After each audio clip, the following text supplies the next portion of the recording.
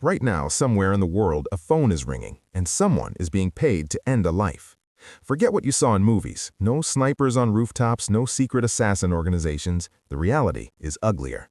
The FBI says contract killings happen more often than you think, and the system behind them is terrifyingly simple. 3 people, 3 layers. This is exactly how the chain works, from the money to the murder. It usually starts in a place like this, a bar, a back room, a conversation that shouldn't happen. Someone has a problem, a business partner who knows too much, a spouse who won't go away, a debt that can't be settled.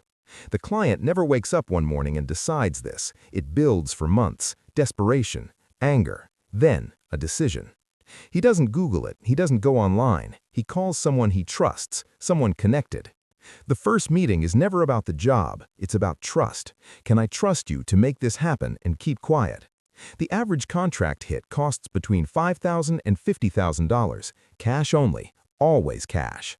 The middleman is the most important person in the chain. He connects money to violence without getting his hands dirty. He knows people on both sides, criminals who need things done and criminals who do things for money. He uses burner phones, meets in public places, never writes anything down. Every conversation happens once, then disappears. One phone, one call, then the phone gets destroyed. $12 phone, zero evidence. This is the firewall. The client never meets the killer never knows who's paying. 3 strangers connected by one crime. The middleman takes his cut, usually 20 to 30%, then he passes the job to the shooter. The killer gets a photo, an address, a name, sometimes a daily schedule. That's all the information he needs. He doesn't rush, he watches, days, sometimes weeks, learning everything about the target's routine. What time does he leave for work? What route does he take? Does he live alone? Every single detail matters. The best ones don't look dangerous, they look like everybody else. That's exactly the point. He checks into a motel with cash, fake name, no ID, a room nobody knows he's in. $12 burner phone from a gas station, gets used once, then it ends up at the bottom of a river.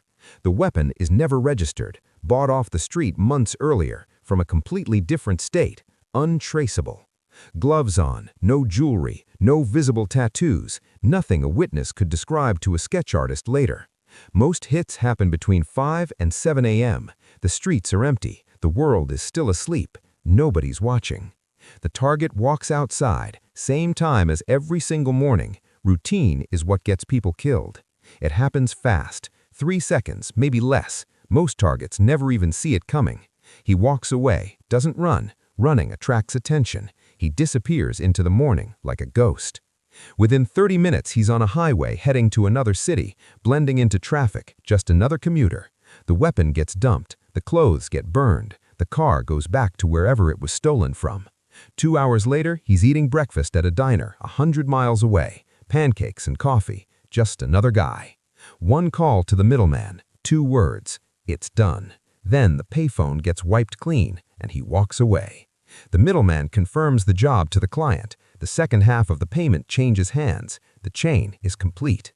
Meanwhile, the police arrive. No witnesses, no weapon, no obvious motive. The case is already going cold. This is why contract killings are the hardest to solve. The killer has zero connection to the victim, no motive to trace. Then the internet changed everything. People started hiring hitmen online, dark websites promising murder for Bitcoin. Almost every single one of those websites was fake, either a scam that took your money or an FBI sting operation.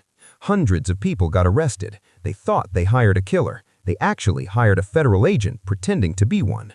The FBI would take the Bitcoin, fake the murder with staged photos, then arrest the client within 48 hours.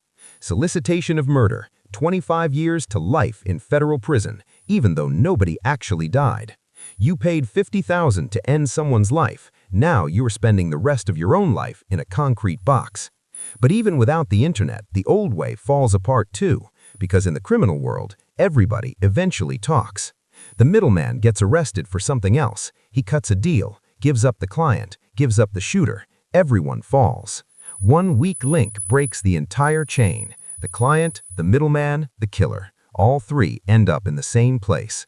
Some cases take 6 months, some take 20 years, but DNA technology and old informants always catch up. There are men in their 70s getting arrested right now for murders they ordered in 1992. The clock never stops.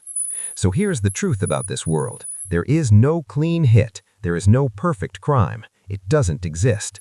Everyone involved ends up in one of 3 places: a prison cell, a cemetery, or looking over their shoulder for the rest of their life.